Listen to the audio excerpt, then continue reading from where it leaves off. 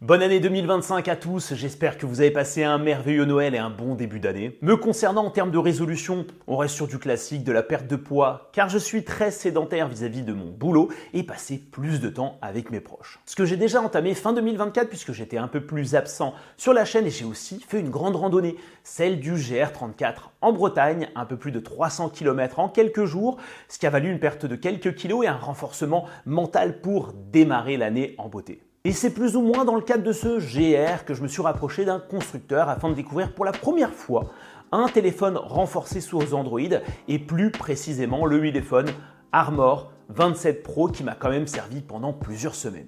Et tout comme ce smartphone, si vous souhaitez me renforcer, n'oubliez pas de liker et surtout de vous abonner à la chaîne. Je suis Fred et vous regardez la chaîne YouTube Tech Live. De base, un appareil renforcé, que ce soit un ordinateur portable ou un smartphone, n'est pas forcément destiné à monsieur et madame Michu. Je n'ai rien contre eux, mais on va plutôt s'orienter vers des profils qui vont l'utiliser dans des environnements risqués, comme des élèves dans le monde de l'éducation, ou bien des gens du terrain, des professionnels, ou bien des aventuriers comme moi. Je vous vois venir, ok, je suis pas le plus grand des aventuriers, mais ce smartphone a été un bon compagnon pour le GR34. Et ce dernier annonce déjà la couleur lors de l'unboxing, où l'on se retrouve avec un background sur la boîte qui présente des surfaces métallisées. À l'intérieur, on retrouve bien sûr le smartphone avec une protection d'écran à verre trempé déjà placée et une autre supplémentaire au cas où. Et ce qu'on notera et qui va à contre-tendance de ce qu'on voit sur le marché, c'est la présence d'un chargeur avec son câble USB Type C pour du chargement rapide en 33 watts. En main, ce smartphone est assez lourd car il pèse environ 441 grammes alors que mon Samsung Galaxy Z Fold 5 n'en fait que 253. Et ce poids est évidemment justifié par deux éléments. La batterie de 10 600 mAh, on reviendra là-dessus un peu plus tard, mais aussi la robustesse du design, que ce soit à l'arrière et sur les côtés, c'est vraiment du solide. À ce propos, l'appareil est certifié IP68 et IP69K, donc hermétique à la poussière. Il est vrai que je ne vois pas comment la poussière peut pénétrer le smartphone tant tout est couvert, même au niveau des ports. Mais il est aussi capable de s'immerger dans l'eau pendant 30 minutes jusqu'à 2 mètres de profondeur et peut résister à des jets d'eau à haute pression et à haute température, typiquement utilisés dans des environnements de nettoyage industriel. Il possède aussi la certification militaire 1000 STD 810H, alors je ne vais pas aller dans les détails, mais les forts impacts et les températures extrêmes semblent simplement le chatouiller. Si on continue sur le design et plus spécifiquement sur les connectiques et les boutons, on va avoir un bouton d'allumage et d'extinction du smartphone qui fait aussi office de lecteur d'empreintes digitales et qui fonctionne plutôt bien. Deux boutons pour la gestion du volume. Un bouton latéral pour associer une fonction, une sorte de touche intelligente. Dans mon cas, j'active le flash directement dessus. Le seul souci avec ça, c'est qu'il m'arrive souvent de l'activer sans le vouloir. Un port USB Type C sur le bas qui est très bien isolé. Une loge protégée pour pouvoir mettre deux cartes SIM ainsi qu'une carte micro SD. Mais aussi un connecteur spécifique qui permet de supporter des accessoires comme des endoscopes ou bien des microscopes provenant de chez Huiléphone. Et sur la partie haute, on aura aussi une prise jack bien protégée. Si on bascule vers l'avant, on est face à un écran de 6,8 pouces LCD IPS proposant une résolution de 1080 par 2460. Cet écran est composé d'un verre Corning Gorilla Glass Victus pour être full en termes de protection. Et au niveau du taux de rafraîchissement, on est sur du 120 Hz qui respecte les derniers standards et c'est évidemment un plaisir de faire défiler rapidement les contenus. Autrement, dans les entrailles, on va avoir un processeur MediaTek Dimensity 6305G qui est un processeur destiné à des smartphones moyen de gamme. 12 Go de RAM LPDDR4X, 256 Go d'espace de stockage, le tout fonctionnant sous Android 14.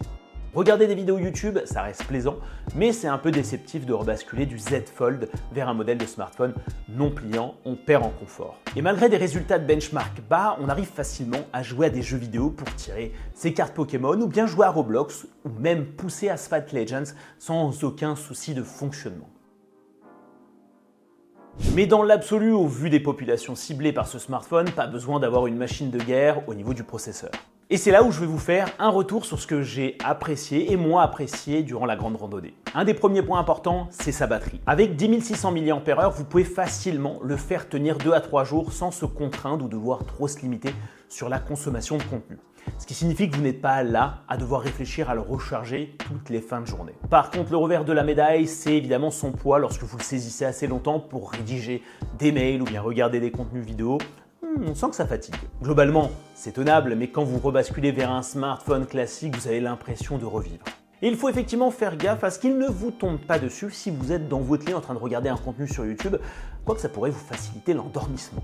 Petite anecdote, si je ne m'abuse, durant la randonnée en début d'après-midi, pour certains de mes acolytes de randonnée qui sont sur iPhone, leur batterie était autour des 40%, là où le Ulefone était à environ 90%.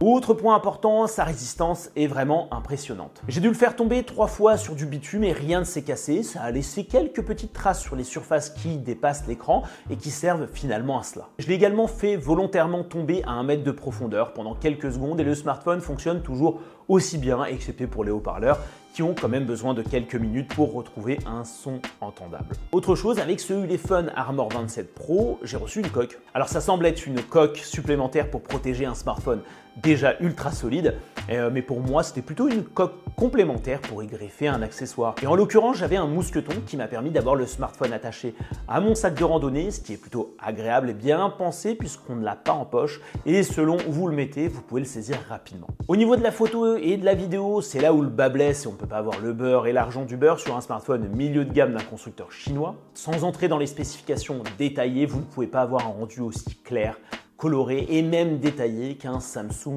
haut de gamme. Cependant, ça reste très correct, très exploitable, mais durant la randonnée, j'avais quand même pris mon Samsung Galaxy Z Fold 5 uniquement pour les photos et vidéos pour avoir des souvenirs de qualité. Et avoir 2 téléphones sur soi, c'est un peu lourd. Par contre, même si l'usage est un peu limité dans mon cas, on appréciera la caméra de 64 mégapixels dédiée à la vision de nuit. Ça reste une key feature pour ce smartphone et à la manière des caméras de surveillance, vous allez pouvoir faire de la captation nocturne sans flash que les smartphones haut de gamme ne savent pas faire. Voici un extrait vidéo en pleine nuit.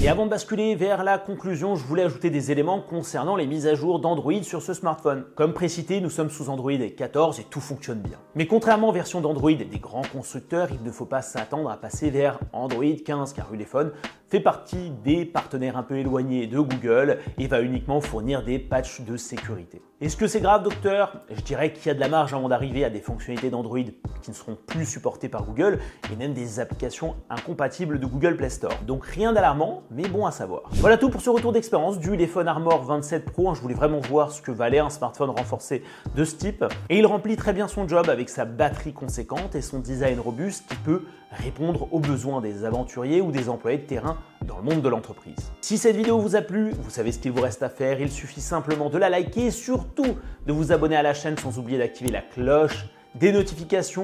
Rebonne année 2025 et je vous dis à la prochaine. Ciao, bye bye.